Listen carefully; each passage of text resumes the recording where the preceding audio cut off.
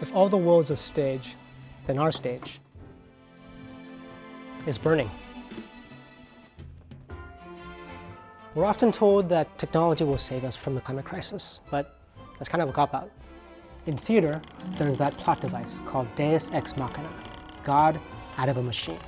Instead of solving story problems, the playwright just drops in a god who magically fixes everything. That's just lazy writing. Deus Ex Machina doesn't work. Not in bad plays and not in real life. Right, Jeremy? Yeah. And technology is useful, but it can't solve everything. So how should we approach technology when it comes to climate change? My name's Charles Loy. I'm a filmmaker who began to see that the California we grew up in is disappearing. Climate change demands new solutions and new stories. My friends and I set out to find those narratives.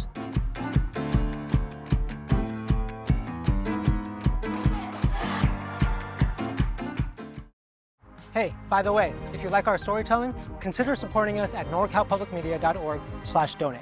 Thanks.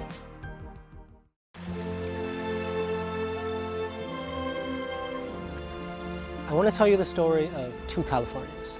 One is California Machinae, the California of machinery, the techno-optimism that inspires ambition and disruption.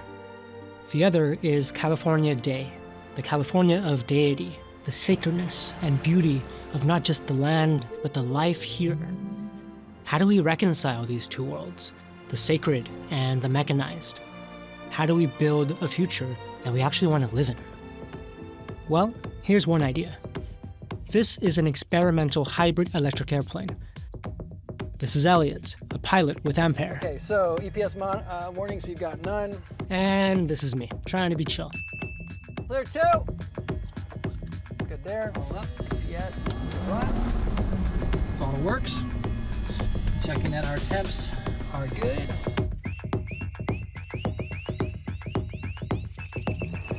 What's your favorite part about flying? It constantly feels like I'm playing with time and space. See that mountain over there? We pull pitch, and in 25 minutes, we could be sitting on top of that mountain having a snack. We're airborne. So that's the electric office. Got good power. For you as a pilot, is it make you feel different? It's just mostly much simpler. It's like you're commanding thrust directly rather than commanding power generation through a complicated series of levers. Okay, right turn. I'm going to take you over those mountains. We'll get a couple of pretty pictures, and then we'll come back in. Up to you. You're the pilot. I'm not carrying that big camera. As soon as you're on the ground, it starts fading away. I mean, come on, this is incredible. We can look at the freeway, we can look at the crops, we can look at the mountains, we can look at the ocean, we can look at how the way humans separate and spread themselves around across the land, we can look at the way critters run around through those fields. The really magical part of California. That should be a good shot. It's great. The only problem is the cameraman. Oh yeah, I heard things about that guy. You're very good at explaining things. Oh, thanks. I'm also good looking, you didn't mention that. So what does it take to get new tech like this off the ground? We asked Ampaire's CEO, Kevin Noertker. The role of the entrepreneurial entity is to move more quickly in discovering the right paths and the wrong paths than the rest of the world. These goals that we set for 2030, 2050, they need to be earth-changing. But the pathway to get there is not about jumping to the future. It's about setting incremental, thoughtful steps on how to get there. You test iteratively, you move rapidly, you 3D print the part and fit check it before you go to your supply chain for that long lead item. There are little things that you can do to burn down risk, remove uncertainty by little failures to move very, very fast.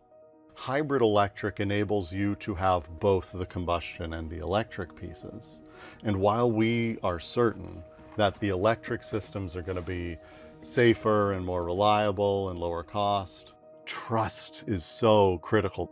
When you look at why people fly these planes, they're saying, my grandfather flew that engine, my uncle flew that engine, my dad flew that engine, I fly on that engine, my kids fly it today, and you better believe my grandkids are going to fly it. Trust does not come through a spreadsheet or a fancy model or great graphics. It comes through hundreds and thousands and millions of miles flown. Air travel is accountable for 2.5% of greenhouse gas emissions, but is growing as the world becomes more affluent. So to reduce those emissions, we need sustainable fuels, fuel efficiency, and innovations. And it's not just aviation. To move away from fossil fuels, we need more electrification and more electricity. But there will always be trade-offs. You need to extract materials, which is still dirty. You need a lot of energy and water for AI data centers. You affect communities who might not get a say. And you need time to scale, which you might not have. But none of this is new. Trade-offs have always been part of the story of California. To dig into this history, we met up with Brechin, author of Imperial San Francisco. The book shows how much American expansion depended on American extraction. That was the Manson Steamship Company, and the one next to it was PG&E, and that was Bank of America. Everything's in the past tense now. San Francisco was established as a place of exploitation.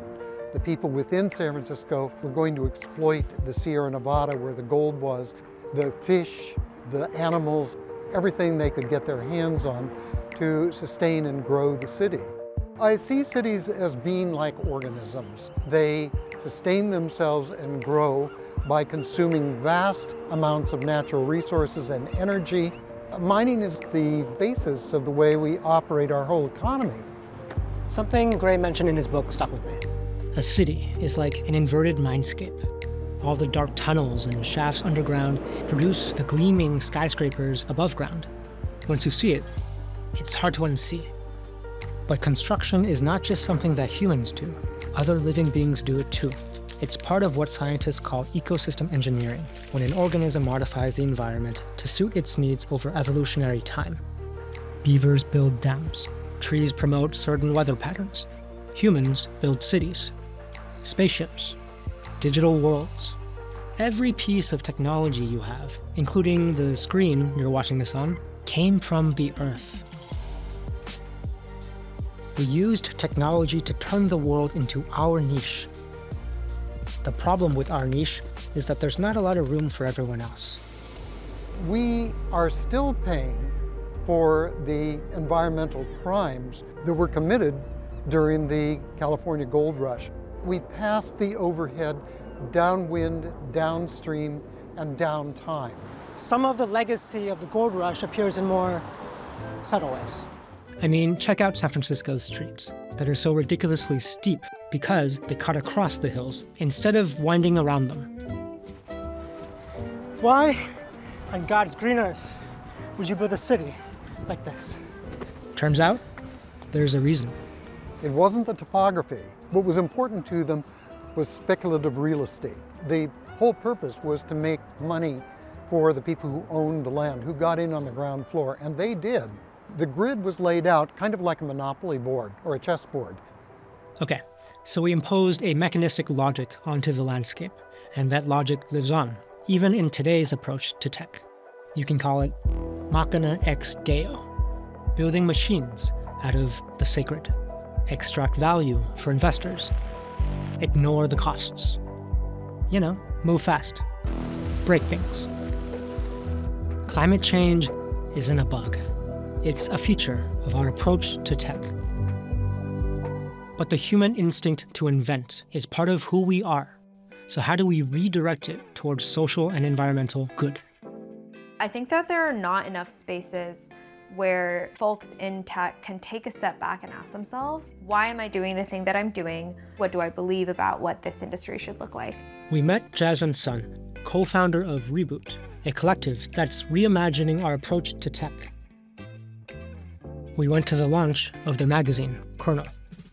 Don't you want to know? Don't you want to know? Yeah, why not? Oh, okay. Well, here's your consolation prize. It's a good magazine. And we think this is really important, how to measure if a group is bringing people together or doing the opposite. You guys. We talked about atoms versus bits. Part of it really is like being known. Like how many people in the city have places where they can go to and they're regulars? Is necessarily the software the right approach? And are we just trying to avoid dealing with the physical world? We think like the platform should be a means towards engaging that physicality rather than being the end in of itself. The future is uncertain. We witness in each moment enough predictive evidence to make the case for impending utopia and unavoidable collapse. We as technologists have an obligation to use these skills and use these capacities towards important missions and goals. Our conversations around technology are basically constrained by the products that the biggest companies put out. The capital issue is such a big issue. Government or philanthropy is like gonna have to hand you a check to replace a VC. It reminds me of something that you'd said. You can't criticize tech unless you love tech. Yeah, I mean, it's kind of a controversial statement, I feel like. You can critique the direction it's currently going, but you're not gonna be able to imagine an alternate path forward unless you also like love and are excited about like the things that it can do, you know? Technology ought to be a tool for us to do the things that we actually want to do, which is to connect with each other. Like another iNaturalist. Oh, that looks good. Take a photo of it. I mean, it's... Oh, that's Yeah, there we go. I got a good one. I don't want to eat you, I promise. I just want to take your photo and put you on the internet. The Louisiana swamp creeper. Whoa, that's huge. Scientists need a lot of data, but they can't be everywhere. Well, there's an app for that, iNaturalist, which enlists the public to help them collect data. You know, oftentimes naturalists are sort of Luddites or sort of skeptical of technology, and it's fun being between those two worlds. This is obviously unusual for us because we're a remote team and most of our work is behind computer screens, but like what we are doing is we're testing the app and trying to figure out what works, what doesn't work. It'd be cool if everyone can find something, at least one thing new to them. It'll be harder for some of you than others. You got it? Okay. I think I had a better angle before it moved, but that's okay. What is it? California Day? Yeah. Oh, the one you can cook with? Yeah. So it looks like a fruit or a seed or part of the thing, but it's on the leaf. So that's not part of the plant. That's a little wasp will lay its eggs on there, and the wasp larvae induces the plant to create this little structure there. So it's called a gall. It's kind of a cool thing. And these are species that are just totally overlooked. So much of the biodiversity data is focused on birds or large charismatic mammals. When you think about birds, you know, that's only 0.5% of all the species in the world. And this is one of the things with climate change is these species aren't all shifting together. So this rose might be going that direction, and the wasp might be going that direction for temperature reasons or something like that. And if this wasp doesn't have the rose, it's not going to survive.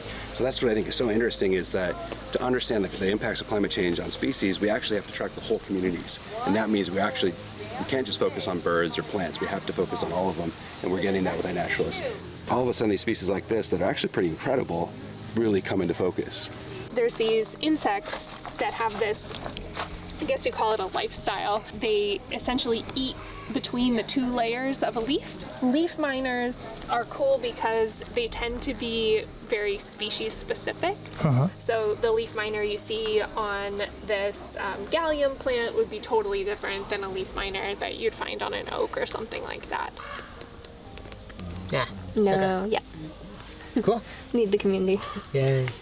People power the whole thing, so even our AI is all originally people who uploaded photos, and we're using that data to train AI models. Cool. It's also a reason to come back. Yeah. Yeah. What's the hardest part about developing this app? We are trying to make a product that we want to work for our core iNaturalist user base, and we also want it to work for people who are newer to iNaturalist. What's the most fun part about working on the app?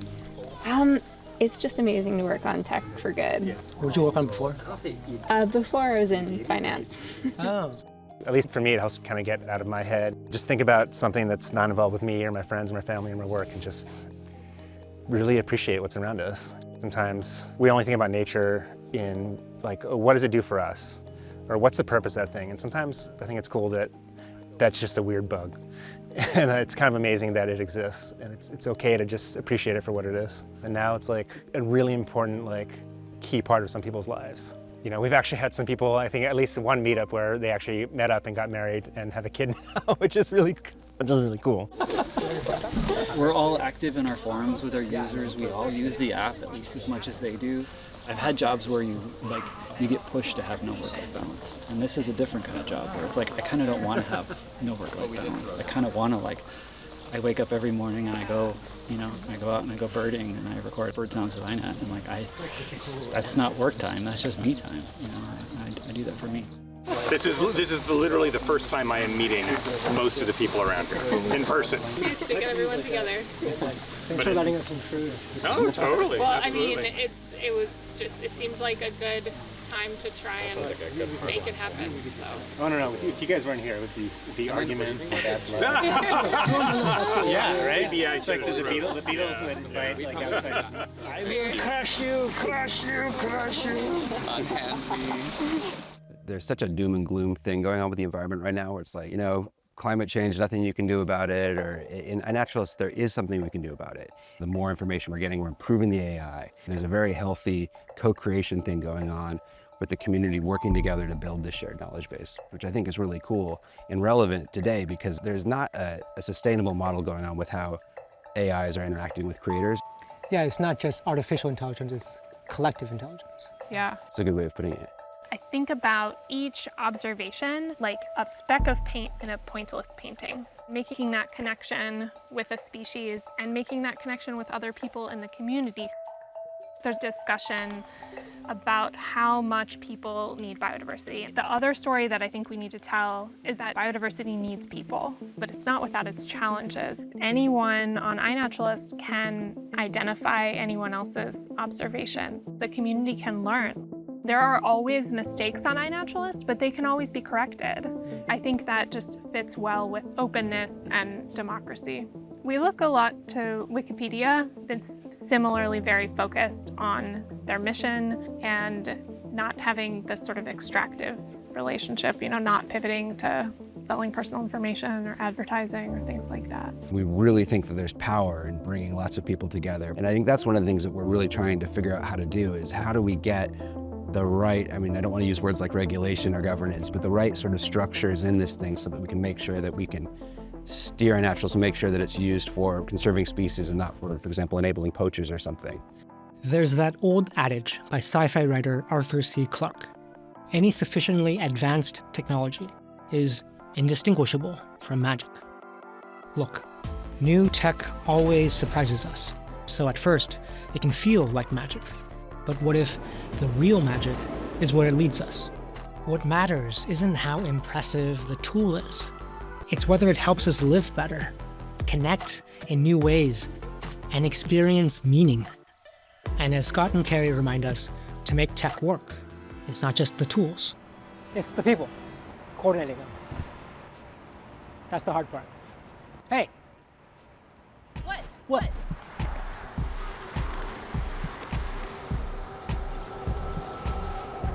This is Ian Griffiths. He's trying to get more people on public transit. But he has one problem, or 27 actually. How do we get the 27 transit agencies to work as one? I think this just highlights the importance of being led by users, and I've seen lots of systems that do that effectively. In the Bay Area, transit is split across 27 different agencies, none of whom coordinate schedules, or prices, or routes.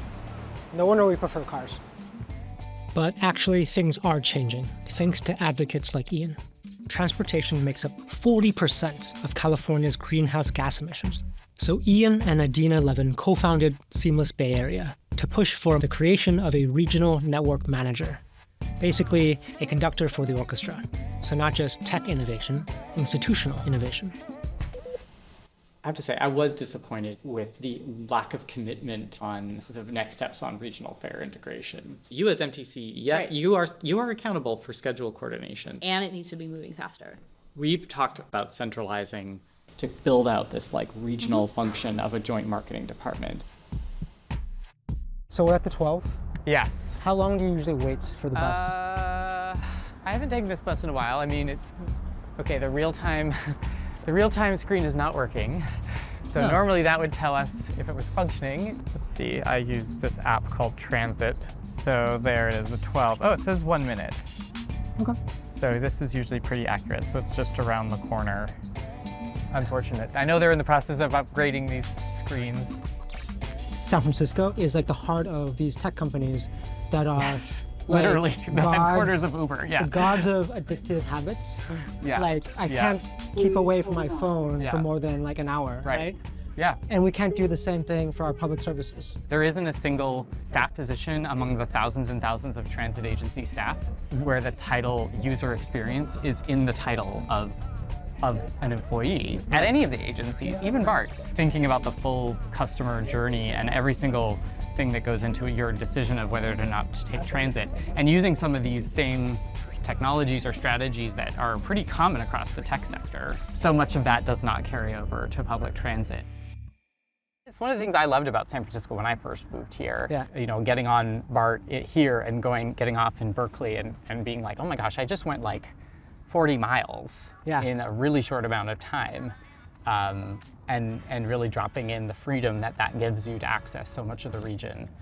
That's one of the reasons why transit resonates with young people so much. Young people can ride transit and have access to the Bay before they can get their driver's license. Right. And for them, transit is freedom. Yeah. You know, and it should be freedom for everyone, not just students. It's available for everyone. It's not limited by your income, your ability, your age, whether you have a driver's license, whether you have a car. Transit is freedom. Transit is freedom, yeah. Public transportation is an important tool, but we let it get rusty. Why? Well, it's not profitable. But you know what is? Cars. They're sold to us on the promise of freedom. But is this what freedom looks like? Tech critic Neil Postman warned us that when technology overtakes culture, we enter a technopoly, where progress becomes the goal, and we stop asking, progress towards what? We have to remember that our tools are just tools. The question is, well, what are we building with them?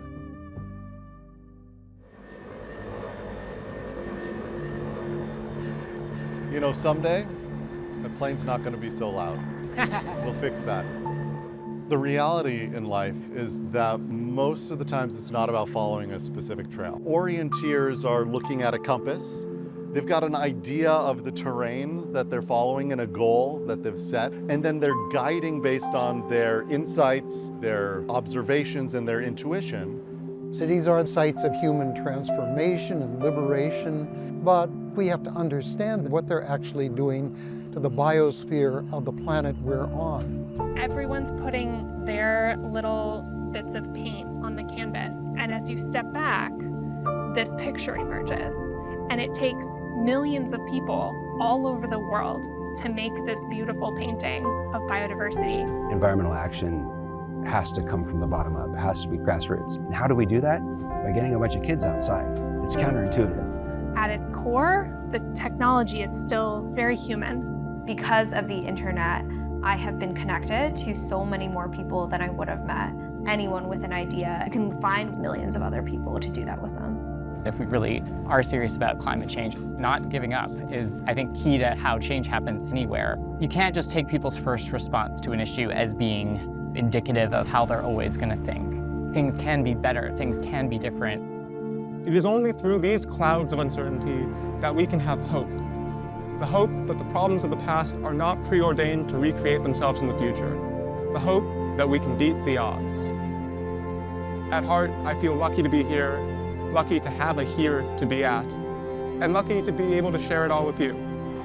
If this was your last flight, how would you feel? Well, I'd be glad we took the time to go look at the mountains. They say tech is like magic.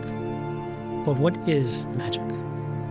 Magic is standing on a ferry and feeling the breeze in your hair, the sea salt in your breath.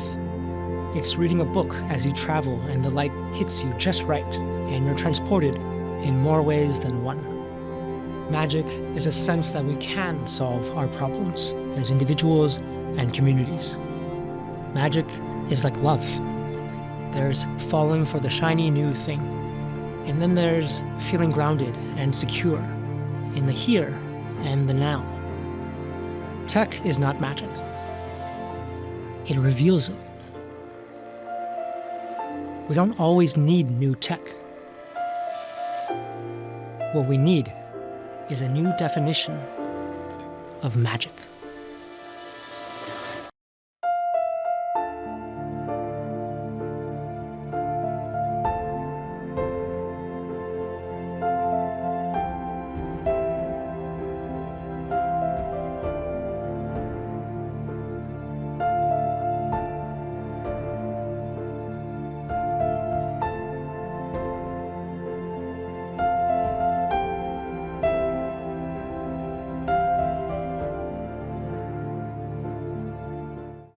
To learn more, you can explore our other episodes and resources on pbs.org and the PBS app. Just search Climate California or go directly to climatecalifornia.org. Climate California is brought to you in part by Crankstart, a San Francisco-based family foundation that works with others on critical issues concerning economic mobility, education, and the environment. And by donors to the NorCal Public Media Center for Environmental Reporting, including Jay Longfellow through the estate of Claire Etienne, Margaret McCarthy, and Stephen L. Smith.